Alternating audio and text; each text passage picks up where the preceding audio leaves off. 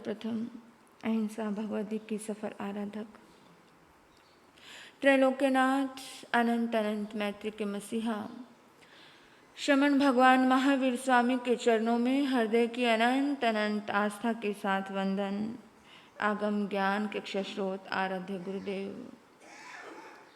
सदमार्गदाता, नवजीवन निर्माता आराध्य गुरुनिमया एवं मेरे जीवन में आए हुए समस्त उपकारियों के उपकारों को याद करते हुए उन सभी के चरणों में वंदन नमन प्रणाम करती हूँ। धर्मानुरागी धर्म बंधुओं एवं बहनों, आप सभी के अंतर में आपकी पवित्र आत्मा को नमन करती हूँ। उत्तराधायन सूत्र की दिव्य देशना, अंतिम देशना, परमात्मा प्रभु महावीर की बड़ी सुंदर और वरदान बरसाने वाली ये देशना आप सभी गुरु कृपा से श्रवण कर रहे हैं। उत्तराधायन सूत्र का आज 11वां अध्ययन है, बहुश्रुत पूजा के नाम से। कौन है पूज्य, किसकी करनी चाहिए पूजा, क्यों करनी है श्रुत की पूजा, क्यों करनी है श्रुत की आराधना, कौन होता है श्रुत ज्ञानी, कौन होता है श्रुत पूजा के काबिल, ये सारे ही बातें इसमें हैं कि श्रुत की आराधना किसके लिए की जाती है। पहला प्रश्न, श्रुत यानी ज्ञान किस लिए की जाती है श्रुत की आराधना। परमात्मा ने हमें एक बड़ा सुंदर सूत्र दिया, जेनं अपाणं परं चैव सिद्धि संपाओ ने जासी। श्रुत की आराधना इसलिए की जाती है, केवल स्वयं के कल्याण के लिए नहीं की जाती है, केवल स्वयं के अज्ञान को दूर करने के लिए नहीं की जाती है। यहाँ पर आया है कि स्वयं का कल्याण भी और दूसरों का कल्याण भी, स्व और पर के कल्याण के लिए श्रुत की आराधना की जाती है, जिसके कारण कोई आत्मा स्वयं भी उत्थान के रास्ते पर, सन्मार्ग पर बढ़ पाए, सिद्धि के रास्ते पर बढ़ पाए, दूसरों को भी सफलता के रास्ते पर बढ़ा पाए, दूसरों को भी सफलता सिद्धि के रास्ते पर चलाने का सामर्थ्य उस व्यक्ति में हो। ऐसी है ये साधना, बहुश्रुत की आराधना। लक्ष्य होना चाहिए हमारा, क्या लक्ष्य होना चाहिए।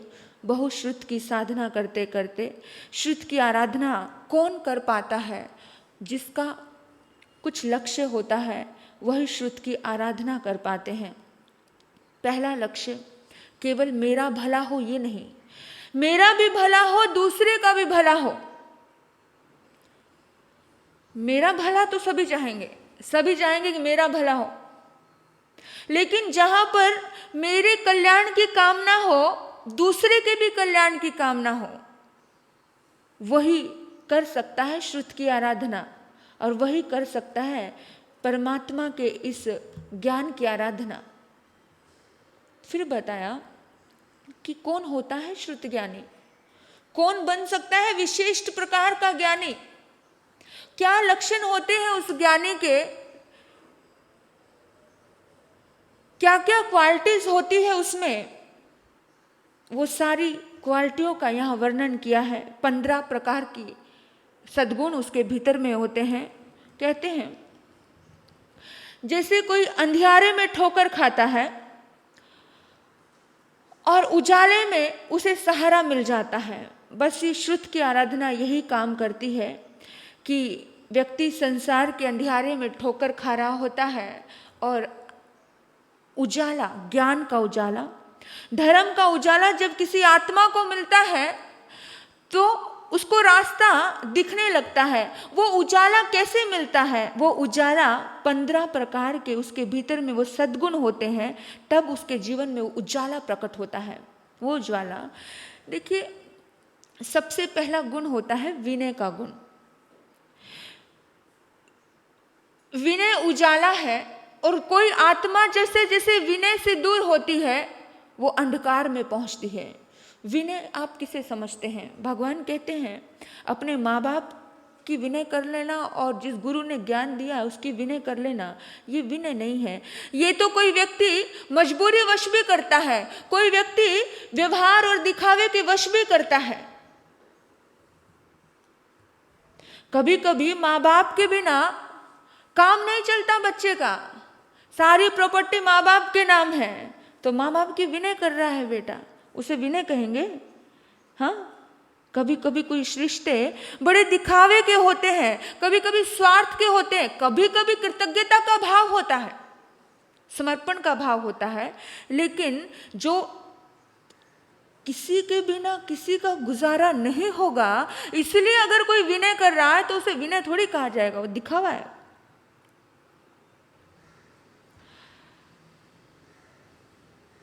किसी को किसी भी तरह के तरीके से हम, जिसको आज की दुनिया में हम कहते हैं वो रिस्पेक्ट करना,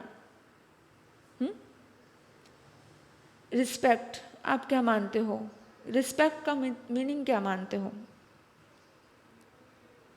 रिस्पेक्ट हमेशा लिमिटेड होती है, लिमिटेड, एक लिमिट होती है रिस्पेक्ट की। जब तक विनय जीवन में तुम्हारी सांस नहीं बन जाता, भगवान कहते हैं जब तक विनय, जहां पर कोई लिमिट नहीं हो। अब पिता अगर बच्चे के अनुकूल चल रहा है तो बच्चा विनयवान हो जाएगा, होगा, ठीक है। अनुकूल किसके चल रहा है? बच्चे का कहना मानते रहो तो हो गया अनुकूल, है ना। ये कहा जहां लिमिट नहीं हो, जहां पर रोम रोम में विनय सांस सांस बनकर के प्रकट हो। सांस यानी जैसे धड़कन, जब तक दिल के साथ धड़कन जुड़ी हुई है, धक धक धक धक, एक पल भी आप बिना धड़कन के, बिना सांसों के रहते हो? नहीं रहते हो ना। एक पल के लिए भी, एक क्षण के लिए भी आप उस चीज से अलग नहीं होते हो, वो होता है अहोभाव। हमारी हर आंख विनय बन जाए, ये हम केवल दो आंखों से ना देखें, हम रोम रोम से हमारी आंख हो जाए, रोम रोम से हम देखें, रोम रोम हमारे कान हो जाए, हम हर रोम से सुने अपने बड़ों को।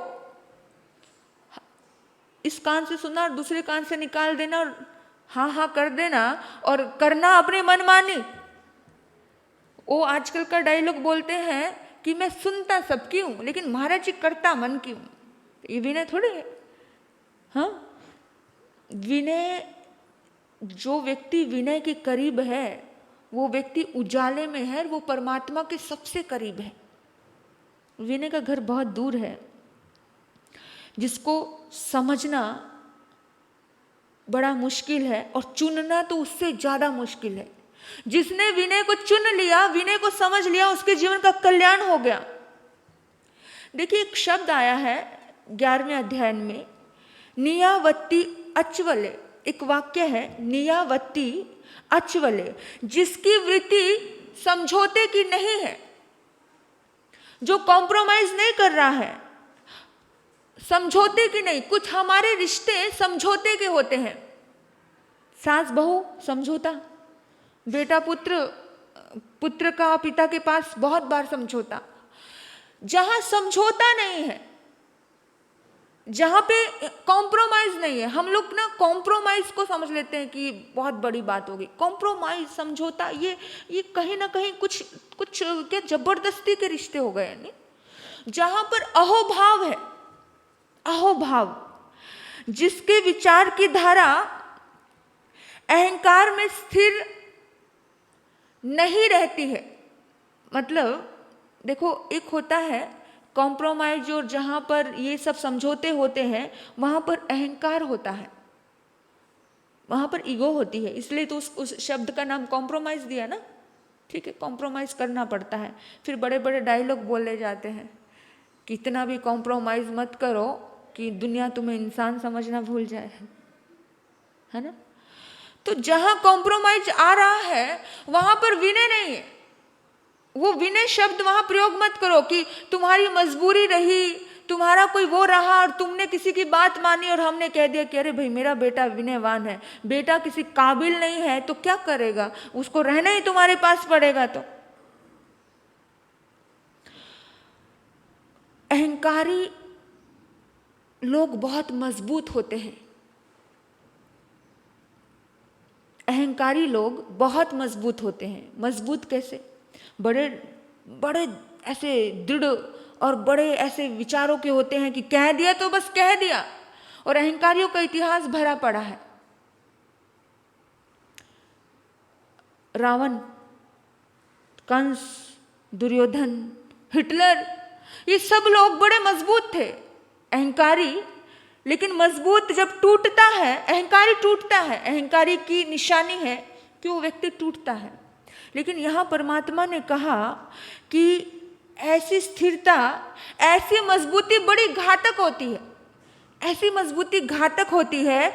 लेकिन मन में अहंकार ना होते हुए भी स्थिर रहना, मन में ईगो नहीं है, अहंकार नहीं है, फिर भी स्थिर है, फिर भी ताकत है, फिर भी दृढ़ता है, उसे बोलते हैं विनय का भाव, अहोभाव। कि मन स्थिर है, मन डावाडोल नहीं है, विनय का भाव है, अहंकार नहीं है। रिश्ते में ईगो नहीं आए तो भी रिश्ता स्टेबल रहे, कोई कॉम्प्रोमाइज जैसी चीज नहीं है, कोई मतलब एक दूसरे के समझौते जैसी चीज नहीं है, कुछ भी नहीं है। सारी काबिलियत है, सब काबिलियत होते हुए भी विनय का भाव आना, अहंकार नहीं है पर स्थिरता है। जैसे गौतम स्वामी को काबिलियत सारी थी, गौतम स्वामी जैसा पुत्र मिल जाए और फिर भी वो पुत्र अपने पिता के प्रति प्रेम रखे, अपने गुरु के प्रति प्रेम रखे, बड़ी बात है, इतनी स्थिरता। तो ऐसे समय में मजबूत हो जाना, वो मजबूती कभी टूटती नहीं है। जिसके भीतर में नम्रता होती है वो कभी टूटता नहीं है। बैंत का बहुत बार उदाहरण सुना होगा। बैंत नदी हमेशा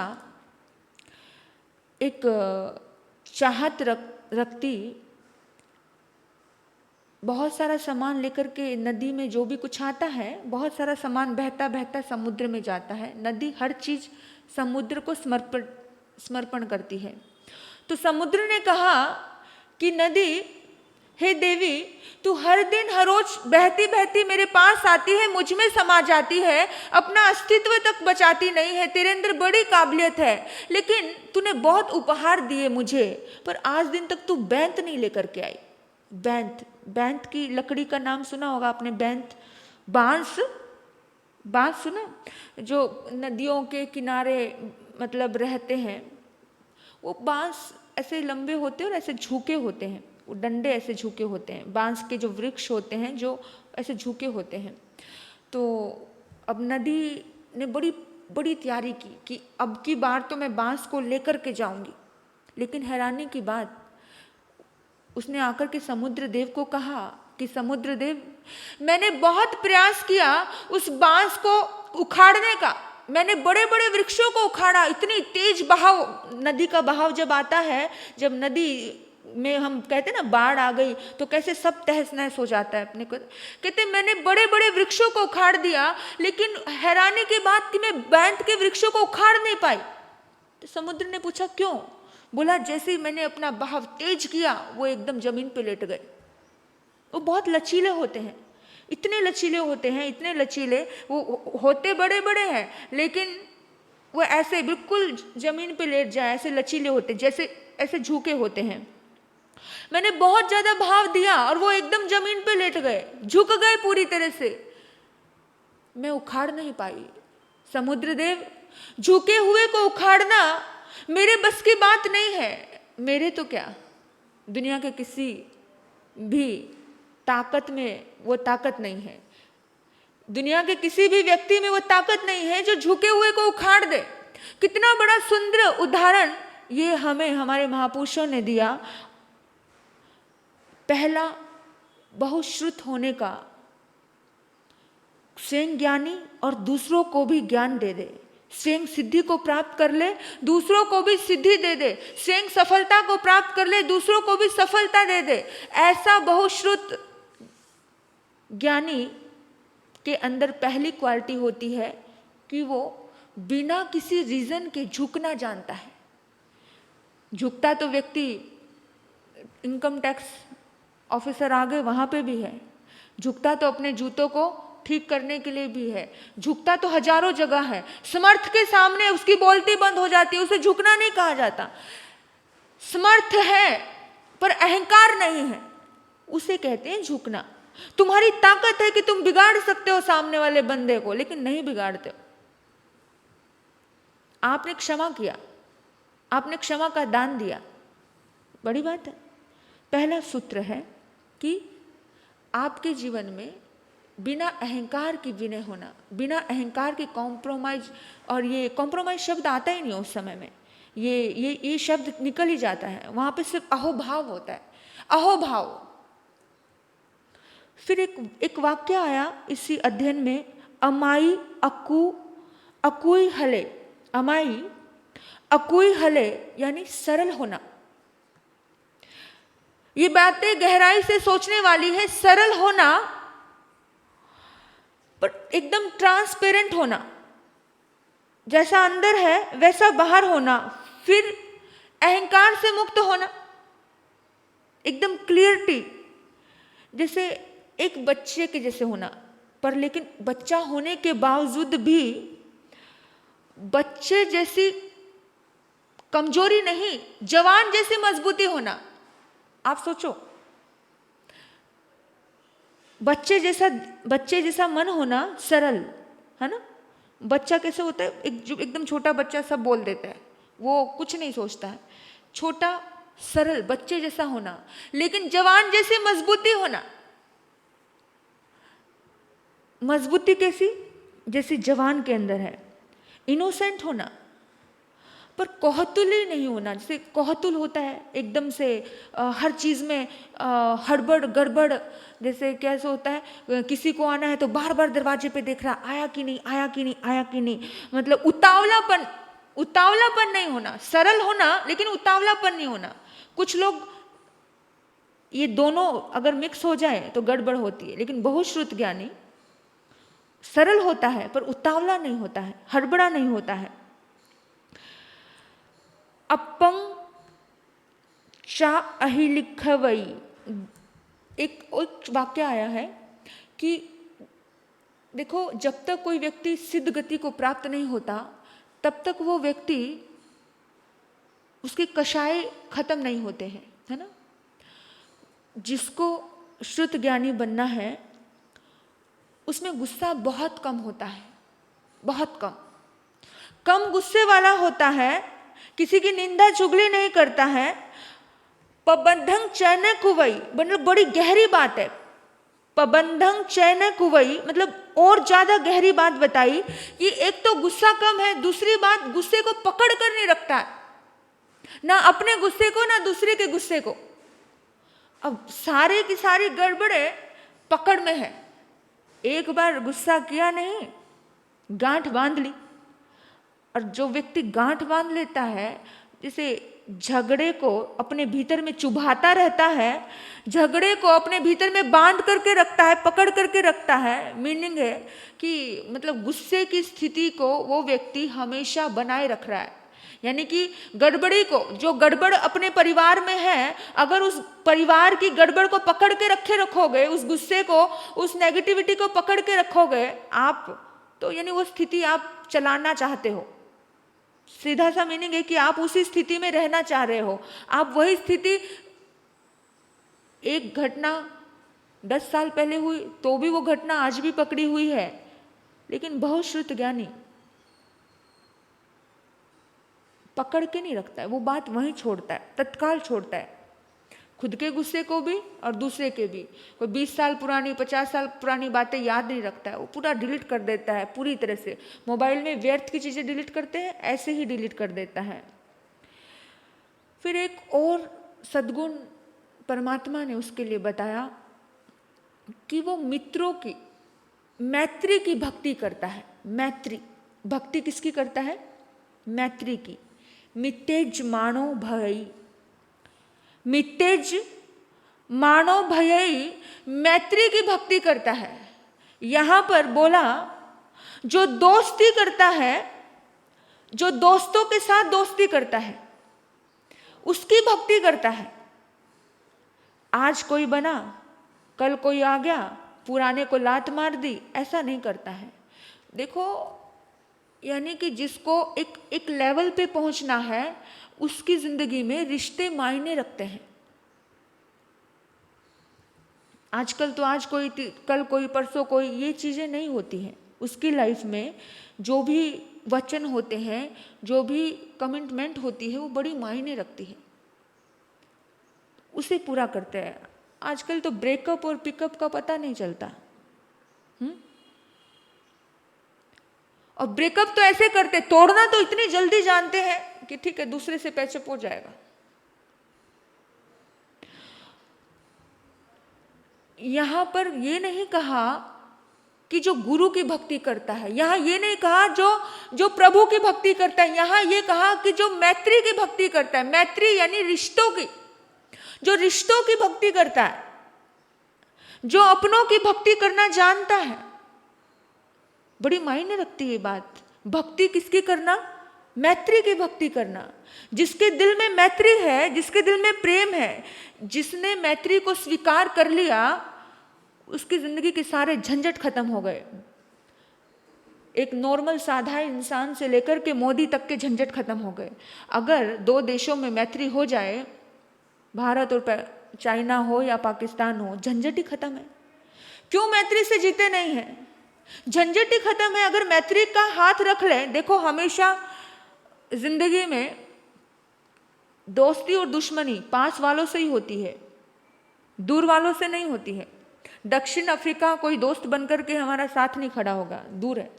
लेकिन जो पाकिस्तान है, चाइना है, जो आसपास है, वही आकर के हमारे पास हमारे वीक पॉइंट भी जानता है और हमारे ताकतवर हाई पॉइंट भी जानता है। अपना ज़्यादा जानता है। जो नज़दीक का होता है ना, उसी को पता होता है कहाँ चोट लगेगी, कहाँ जख्म है, कहाँ दर्द देना है, उसी को पता होता है। तो अपनों की मैत्री की भक्ति करना, जो दाएं बाएं रहते हैं, जो आसपास रहते हैं, आसपास रहने वाला व्यक्ति अनुकूल भी होता है, प्रतिकूल भी होता है। एक पल में थोड़े टाइम अनुकूल चलेगा, दूसरे पल में प्रतिकूल चलेगा। बच्चे कभी अनुकूल चलते हैं, कभी प्रतिकूल चलते हैं, है ना। परमात्मा ने कहा कि जो मन के खिलाफ चले और जो मन के साथ चले, उनके साथ मैत्री की भक्ति करना। उन्हीं के साथ। मैत्री का मतलब क्या है? मैत्री का मतलब क्या? प्रेम, मित्रता, मित्रतावत। ये रिश्ते ऐसे हों, कैसा भी रिश्ता हो, यदि ये मित्रता स्वीकार कर ली अपनों में, इस दुनिया में कौन छोटा कौन बड़ा, ये सब भेद रेखाएं इंसान की बनाई हैं।